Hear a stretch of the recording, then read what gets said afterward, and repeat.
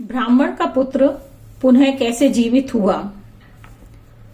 एक गरीब ब्राह्मण के घर बहुत साल बाद पुत्र पैदा हुआ, लेकिन 6 साल के बाद ही उसकी मृत्यु हो जाने के कारण अंतिम संस्कार के लिए पिता शमशान घाट पहुंचे। पुत्र के साथ ममता तथा पुरानी यादें जुड़ी होने के कारण अंतिम संस्कार नहीं कर पा रहे थे। उसी शमशान घाट पर एक सियार और एक गिद्ध रहते थे। दोनों ने शव को अपना भोजन बनाने के लिए कुछ नियम बना रखे थे। नियम के अनुसार सियार दिन में आने वाले मृत व्यक्ति का मांस नहीं खाता था और उसी प्रकार गिद्ध रात को आने वाले मृत व्यक्ति का मांस नहीं खाता था। उस शव को देखकर सियार सोचने लगा, यदि ब्राह्मण दिन में शव रखकर चला गया तो गिद्ध उसे खाएगा, इसलिए मुझे इन लोगों को अंधेरा होने तक अपनी बातों में उलझा कर रखना चाहिए। इसी प्रकार गिद्ध भी सोच रहा था, उसे किसी न किसी तरह ब्राह्मण को दिन में अंतिम संस्कार करने से रोकना होगा।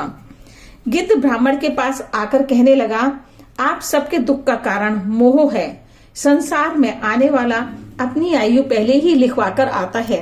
संयोग और वियोग होना ईश्वर के अधीन है। अब आपका पुत्र जीवित नहीं हो सकता, इसलिए इसका कार्य कर आप लोगों को जाना चाहिए।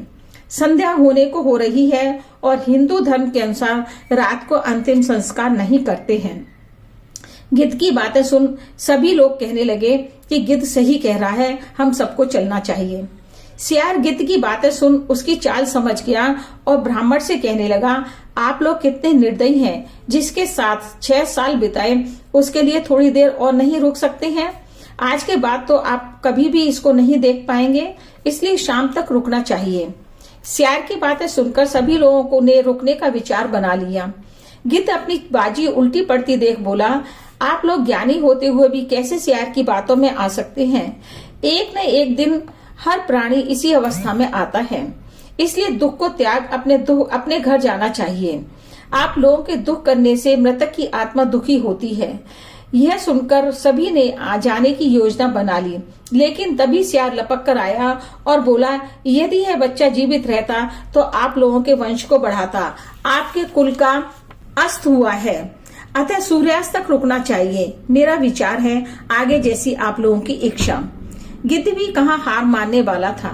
गिद्ध ने नई चाल चलते हुए कहा, मेरी आयु 100 साल की हो चुकी है, पर मैंने आज तक इस शमशान घाट पर किसी को भी जीवित होते हुए नहीं देखा है, इसलिए अब आप लोगों को अपना कार्य संपन्न कर यहाँ से जाना चाहिए।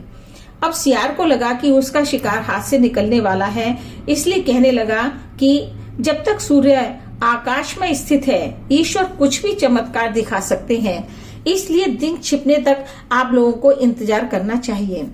सभी लोग दोनों की बातें सुन बड़े असमंजस में पड़ गए, क्या करें और क्या ना करें। दुखी हो ब्राह्मण ने पुत्र का सिर गोदी में रखकर जोर जोर से रोना शुरू कर दिया। संयोगवश संध्या भ्रमण के लिए शिव एवं पार्वती जी उधर से निकल रहे थे। पार्वती जी रोते और दुखी लोगों को देख शिव जी से बच्चे को जीवित करने का अनुरोध किया। पार्वती जी के अनुरोध पर शिव जी ने उसको जीवित ही नहीं किया, बल्कि लंबी आयु का वरदान भी दिया। यह सब देखकर सियार एवं गिद्ध भौचक्के रह गए। तभी आकाशवाणी हुई कि तुम दोनों ने इन दुखी लोगों को नीति शास्त्रों के अनुरूप ही समझाया, परंतु उसमें निहित स्वार्थ छिपा हुआ था, इसलिए तुम्हें जल्दी ही इस योनि से मुक्ति नहीं मिलेगी। कहानी से शिक्षा। इस कहानी से यह शिक्षा मिलती है कि किसी भी व्यक्ति को अपना स्वार्थ सिद्ध करने के लिए दूसरों को बलि का बकरा नहीं बनाना चाहिए।